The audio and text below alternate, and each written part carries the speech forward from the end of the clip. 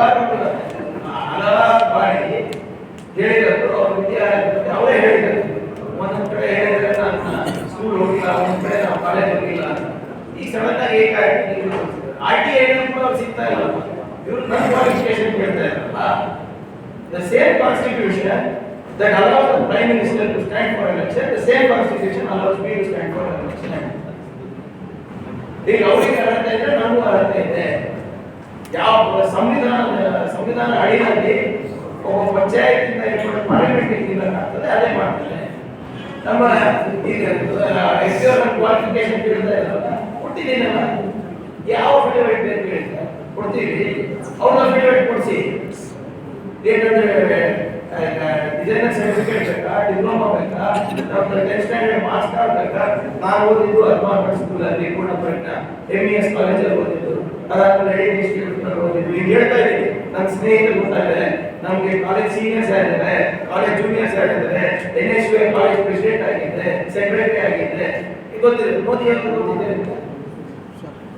ಯಾರು college friend, teacher, Ravindra ರೇಷ್ಮೆ ಅವರು ನಮ್ಮ ಬಾಟ್ನಿ ಟೀಚರ್ ಆಗಿದ್ದಾರೆ.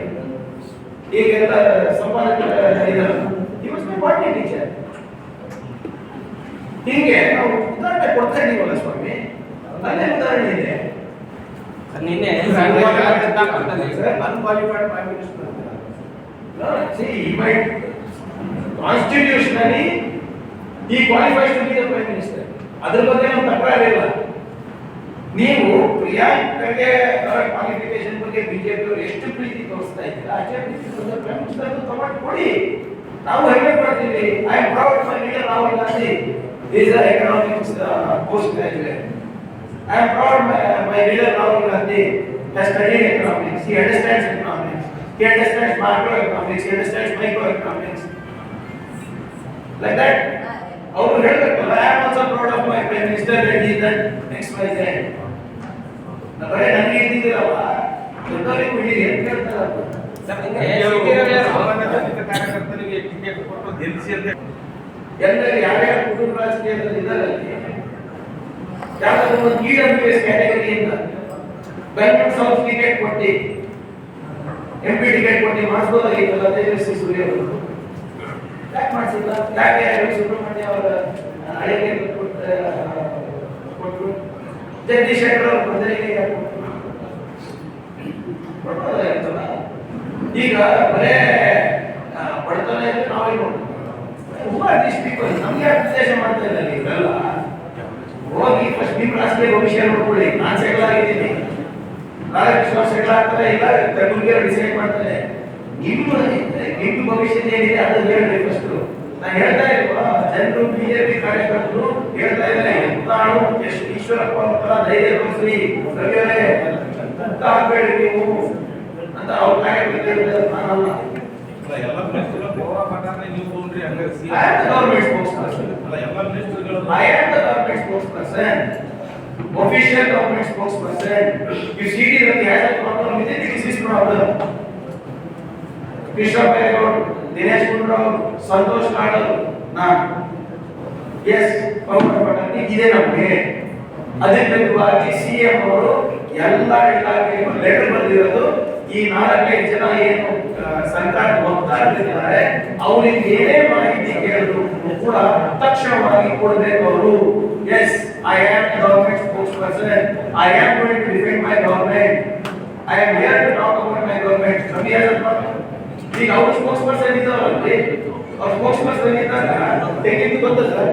ಕರೋನಾ ಬಂದ್ರೆ ಹೆಲ್ತ್ ಎಕ್ಸ್ಪರ್ಟ್, ಚೈನಾ ಏನಾದ್ರು ದಾಳಿ ಮಾಡಿದ್ರೆ ಮಿಲಿಟರಿ ಎಕ್ಸ್ಪರ್ಟ್, ನೋಟ್ ಬಂದಿ ಆದ ತಕ್ಷಣ ಎಕನಾಮಿಸ್ಟ್, ಏನಾದ್ರು ಚುನಾವಣೆ ಬಂದಾಗ ಸೆಫಾಲಜಿಸ್ಟ್, ಪೊಲಿಟಿಕಲ್ ಎಕ್ಸ್ಪರ್ಟ್ಸ್. ಯಾರಿಗೆ ಹೇಳ್ತಾ ಇದ್ದಾರೆ they have a problem with me, it is their problem, not mine. ಜನರಿಗೆ ನನ್ನಿಂದ ತೊಂದರೆ ಇಲ್ಲ, ಪಕ್ಷದವರಿಗೆ ತೊಂದರೆ ಇಲ್ಲ, ಸಾಕು. BJP I don't care. Sir, 371 ಜಾರಿ ಆದ್ಮೇಲೆ ಈ ಭಾಗದ ಯುವಕರಿಗೆ ನೌಕರಿ ನೇಮಕಾತಿನೇ ಆಗಿಲ್ಲ. ಎಲ್ಲಾ ಸೌಕರ್ಯ ನೀವು ನೋಡಿ 10 ವರ್ಷದಲ್ಲಿ ನೇಮಕಾತಿ ಆಗಲಾರ್ದು ಬಿಜೆಪಿ ಅಂತ ಹೇಳಿದ್ದಾರೆ. ಅಲ್ಲ ಸರ್, ಸ್ಟ್ಯಾಟಿಸ್ಟಿಕ್ಸ್ ಕೊಡ್ತೀನಿ ಸರ್. ಕಳೆದ 10 ವರ್ಷದಲ್ಲಿ 29,947 ಮೂಲಭೂತ ಸೌಕರ್ಯಗಳಿಗೆ ಕಾಮಗಾರಿಗಳು ಆಗಿದೆ. close to 30,000 infrastructure works, more than 1,09,000 odd government jobs have been identified. ನಮ್ಮ ಕಾಲದಲ್ಲಿ 30,000 ಹೊಸಬರನ್ನ ಕೊಟ್ಟು ಮತ್ತೆ ಪ್ರಮೋಷನ್ 60,000 ಕೊಟ್ಟಿದ್ದೇವೆ. ಕಳೆದ 4.5 ವರ್ಷದಲ್ಲಿ ಇವ್ರ ಅವಧಿಯಲ್ಲಿ ಯಾವುದೂ ಆಗಿಲ್ಲ. ಈಗ ಕ್ಯಾಬಿನೆಟ್ ಕಮಿಟಿ ಚೇರ್ಮನ್ ಆಗಿದ್ದೀನಿ, ಮತ್ತೆ ಪ್ರಾರಂಭ ಮಾಡಿದ್ದೀವಿ. ನಾವು ವಾಗ್ದಾನವನ್ನು ಕೊಟ್ಟಿದ್ದೀವಿ, ಅದನ್ನ ನಾವು ಮುಗಿಸ್ತೀವಿ. ಅದು ಹೊರತುಪಡಿಸಿ ಶಿಕ್ಷಣದಲ್ಲಿ ಇಂಜಿನಿಯರಿಂಗ್ ಏನಿಲ್ಲ ಅಂದ್ರೂ 2.2 ಲ್ಯಾಕ್ ಯುವಕರಿಗೆ ಇಂಜಿನಿಯರಿಂಗ್ ಸೀಟ್ ಸಿಕ್ಕಿದೆ, 7,000 ಅಂದಾಜು ಮೆಡಿಕಲ್ ಸೀಟ್ ಸಿಕ್ಕಿದೆ. ಹಾರ್ಟಿಕಲ್ಚರ್, ಅಗ್ರಿಕಲ್ಚರ್, BSc ಇದೆಲ್ಲ ಸೇರಿದ್ರೆ more than 4,000 ಸಿಕ್ಕಿದೆ. ಒಟ್ಟಿಗೆ 10 ಲಕ್ಷ ಕೊಡ್ತೀನಿ, ಲೆಕ್ಕ ಕೊಡ್ತೀನಿ ಸ್ವಾಮಿ, ಉಮೇಶ್ ಜಾಧವ್ ಲೆಕ್ಕ ಕೊಡ್ಲಿ. ಯೂನಿವರ್ಸಿಟಿ ಜಾಬ್ಗಳು ಸರ್ ಯೂನಿವರ್ಸಿಟಿ ಮಾಡೋದಾದ್ರೆ ಅದೇ ಸರ್, ಅದನ್ನ ನಾವು ವಾಗ್ದಾನ ಕೊಟ್ಟಿದ್ದೀವಲ್ಲ, ಎಲ್ಲ ಸರ್ಕಾರಿ ಹುದ್ದೆಗಳು 2.37 ಲ್ಯಾಕ್ಸ್ ಖಾಲಿ ಇದೆ. ಅದನ್ನ ನಾವು ವೃದ್ಧಿ ಮಾಡ್ತೀವಿ ನಮ್ಮ ಅವಧಿಯಲ್ಲಿ.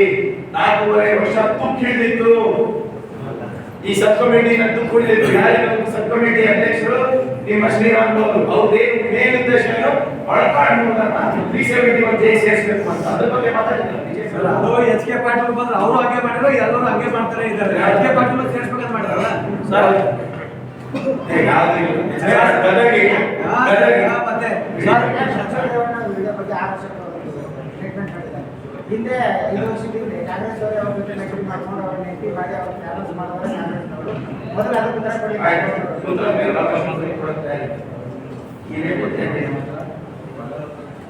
ಬಿಜೆಪಿ ಅದು ಯಾರು ಕಾಂಗ್ರೆಸ್ MLA ಡಿಫಿಡೆಂಟ್ ಕ್ಯಾಂಡಿಡೇಟ್ ಮಾಸಲ್ಲಿ ಒಂದು ಲೆಟರ್ ಬಂದಿದ್ದಾರೆ ರಾಹುಲ್ ಗಾಂಧಿ, ಖರ್ಗೆ, DK ಸಿದ್ದರಾಮಯ್ಯ, ಆವಾಸ್ 5 ವರ್ಷದಿಂದ ನಾವು